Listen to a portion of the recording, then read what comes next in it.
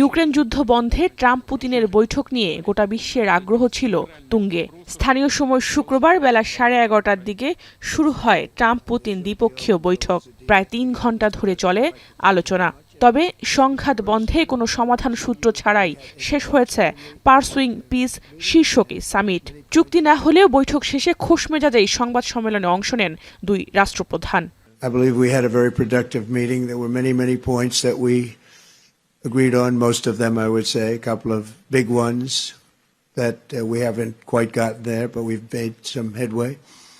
So there's no deal until there's a deal. I will call up NATO in a little while. I will call up the various people that I think are appropriate, and I'll of course call up President Zelensky and tell him about today's meeting. It's ultimately up to them. Как вы хорошо знаете, понимаете, одним из центральных вопросов стала ситуация вокруг Украины. Мы видим стремление администрации США и лично президента Трампа содействовать разрешению украинского конфликта. Его желание вникнуть в суть и понять его истоки. যুক্তরাষ্ট্রের আলাস্কায় রুশ president Vladimir পুতিনের সঙ্গে বৈঠকের পর যুদ্ধবিরতিতে পৌঁছাতে না পারলেও সুর কিছুটা নরম করেছেন মার্কিন প্রেসিডেন্ট ডোনাল্ড ট্রাম্প। অকপটে রাশিয়াকে বড় শক্তি বলে স্বীকার করলেন তিনি। তাই ইউক্রেনকে আবারও রাশিয়ার সঙ্গে যুদ্ধ বন্ধ করার আহ্বান ট্রাম্পের। সামাজিক যোগাযোগ মাধ্যমে দিয়ে এক পোস্টে কথা বলেন মার্কিন প্রেসিডেন্ট। পুতিনের সঙ্গে বৈঠকের পরই ইউক্রেনীয় president Volodymyr Zelensky, NATO secretary ও ইউরোপীয় ইউনিয়নের বেশ কয়েকজন নেতার সঙ্গে ফোনে কথা বলেন ট্রাম্প। জানান শান্তি চুক্তিতে পৌঁছাতে রাশিয়ার সঙ্গে ফলপ্রসূ আলোচনা হয়েছে। সোশ্যাল মিডিয়ায় দেয়া আরেক পোস্টে ট্রাম্প জানান রাশিয়া ইউক্রেন যুদ্ধ বন্ধে যুদ্ধবিরতি নয়, বরং শান্তি চুক্তি সবচেয়ে ভালো উপায়। কারণ হিসেবে তিনি বলেন চুক্তির কয়েকদিন পরেই যুদ্ধবিরতি ভেস্তে যাওয়ার শঙ্কা রয়েছে। শান্তি চুক্তি কার্যকরে পরবর্তী করণীয় নিয়ে আলোচনা করতে ইউক্রেনীয় প্রেসিডেন্ট ভলোদিমির জেলেনস্কির সঙ্গে স্থানীয় সময় সোমবার বিকেলে ওয়াশিংটন ডিসির ওভাল অফিসে বৈঠকে বসবেন ট্রাম্প। তাদের আলোচনা সফল হলে পরবর্তীতে রুশ প্রেসিডেন্ট ভ্লাদিমির পুতিনের সঙ্গে বৈঠক করবেন তিনি। প্রায় 4 বছর ধরে চলা রাশিয়া ইউক্রেন যুদ্ধ বন্ধে ট্রাম্পের নেতৃত্বের প্রশংসা করেছেন ব্রিটিশ প্রধানমন্ত্রী কিয়ার স্টারমার, ফ্রান্সের প্রেসিডেন্ট ইমানুয়েল ম্যাক্রো সহ ইউরোপীয় ইউনিয়নের নেতারা।